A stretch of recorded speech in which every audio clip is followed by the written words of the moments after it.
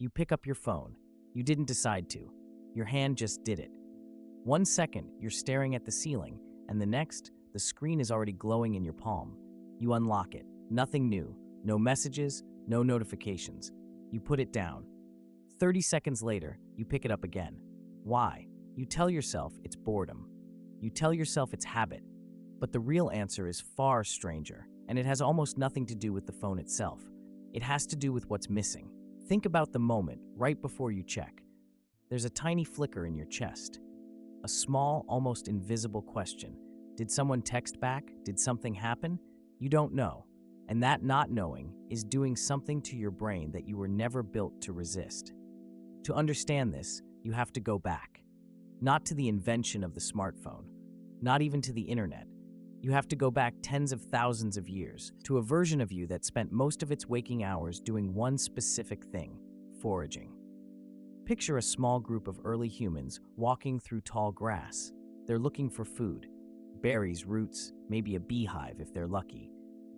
Here's the thing about foraging that most people don't realize. It isn't steady. It isn't predictable. Most of the time, you find nothing. You walk for hours, and the ground gives you dirt and leaves and disappointment. And then, every once in a while, completely without warning, you find a tree absolutely loaded with fruit. That unpredictability wasn't a flaw in the system. It was the system. And the human brain evolved a very specific response to it.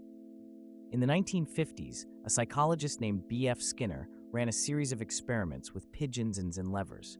He noticed something odd. If a pigeon got a food pellet every single time it pressed a lever, it would press the lever, eat, and eventually stop. Predictable reward leads to predictable behavior. But if the pellet only came sometimes, randomly, unpredictably, the pigeon would press that lever again and again and again, obsessively, even after the food stopped coming entirely. He called this a variable ratio reinforcement schedule, and it turns out it's one of the most powerful behavioral patterns ever discovered. Now here's the part that should make you a little uncomfortable. Your phone runs on exactly this schedule. Every time you unlock it, you're pulling the lever. Sometimes there's nothing. Sometimes there's a message from someone you like. Sometimes there's a notification that makes your stomach drop. You never know which one it's going to be. And that uncertainty is the entire engine. But why does uncertainty feel so magnetic in the first place? Why does your brain care so much about not knowing? This is where it gets even stranger. In the 1990s, a neuroscientist named Wolfram Schultz ran experiments on monkeys involving juice rewards and a simple light cue. He expected that the monkeys' brains would release dopamine, the chemical associated with pleasure, when the juice arrived. That part wasn't surprising. What was surprising is when the dopamine actually spiked. It wasn't when the juice hit their tongue.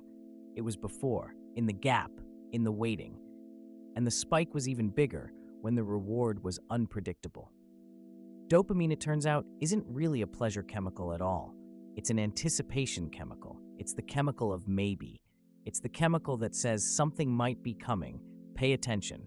Don't look away. So when you feel that small pull toward your phone, that's not your brain seeking pleasure. That's your brain seeking the gap, the maybe, the not yet known. There's one more piece to this puzzle, and it comes from a completely different field. In the 1990s, an economist named George Loewenstein proposed something called the information gap theory of curiosity. His idea was simple but powerful. Curiosity isn't really about wanting to learn something new. It's about closing a gap between what you know and what you feel like you should know. If you see a notification badge with a number on it, you now have a gap. You know something exists that you haven't seen yet. And that gap creates a kind of low-grade itch. Not painful exactly, just persistent, just there in the background until you close it. Your ancestors felt this same itch, just pointed at different things. Is there food over that ridge?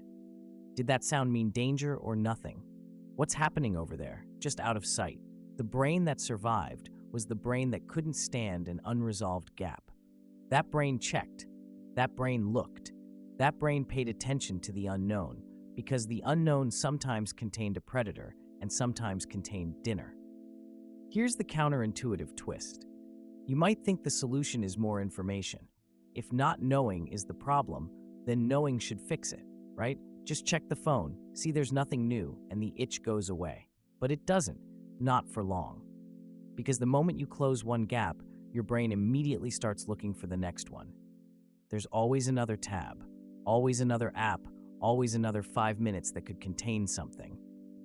The gap doesn't close permanently, it just moves. This is why scrolling rarely feels satisfying, even when you find something interesting.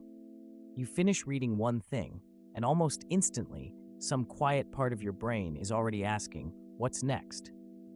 Not because you're weak or lazy or addicted in some moral sense, but because your brain is running ancient foraging software in an environment that never runs out of berries. And that's the part that should really land. In the world your brain was built for, the search eventually ended. You ran out of daylight. You ran out of ground to cover. The foraging had natural limits, built into the world itself. Your phone has no natural limits. The grove of trees never ends. There's always another ridge, another patch of grass, another maybe. Your foraging instinct is intact. It's just been handed an environment with infinite forest and zero nightfall. So what do you do with that? You're not going to delete the instinct. You can't. It's older than language, older than tools, probably older than fire. But you can change the environment it's operating in. You can put walls back into the forest, turn off notifications so the gaps stop appearing on their own. Leave your phone in another room sometimes so the lever isn't even within reach. Set a specific time to check messages so the search has a starting point and, more importantly, an ending point. None of this is about willpower. It's about giving your ancient gap-hunting brain a forest that actually has an edge to it again. Because here's the thing. The next time you feel that small, almost invisible pull toward your phone, that flicker in your chest before you even realize your hand is moving, you'll know what it actually is. It's not boredom. It's not weakness. It's tens of thousands of years of foraging instinct, looking for the next berry in a forest that was never designed to end. You pick up your phone, your hand just does it. But now, maybe, you'll notice the moment right before. And in that moment, for the first time, you get to decide whether to keep walking or whether to finally step out of the trees.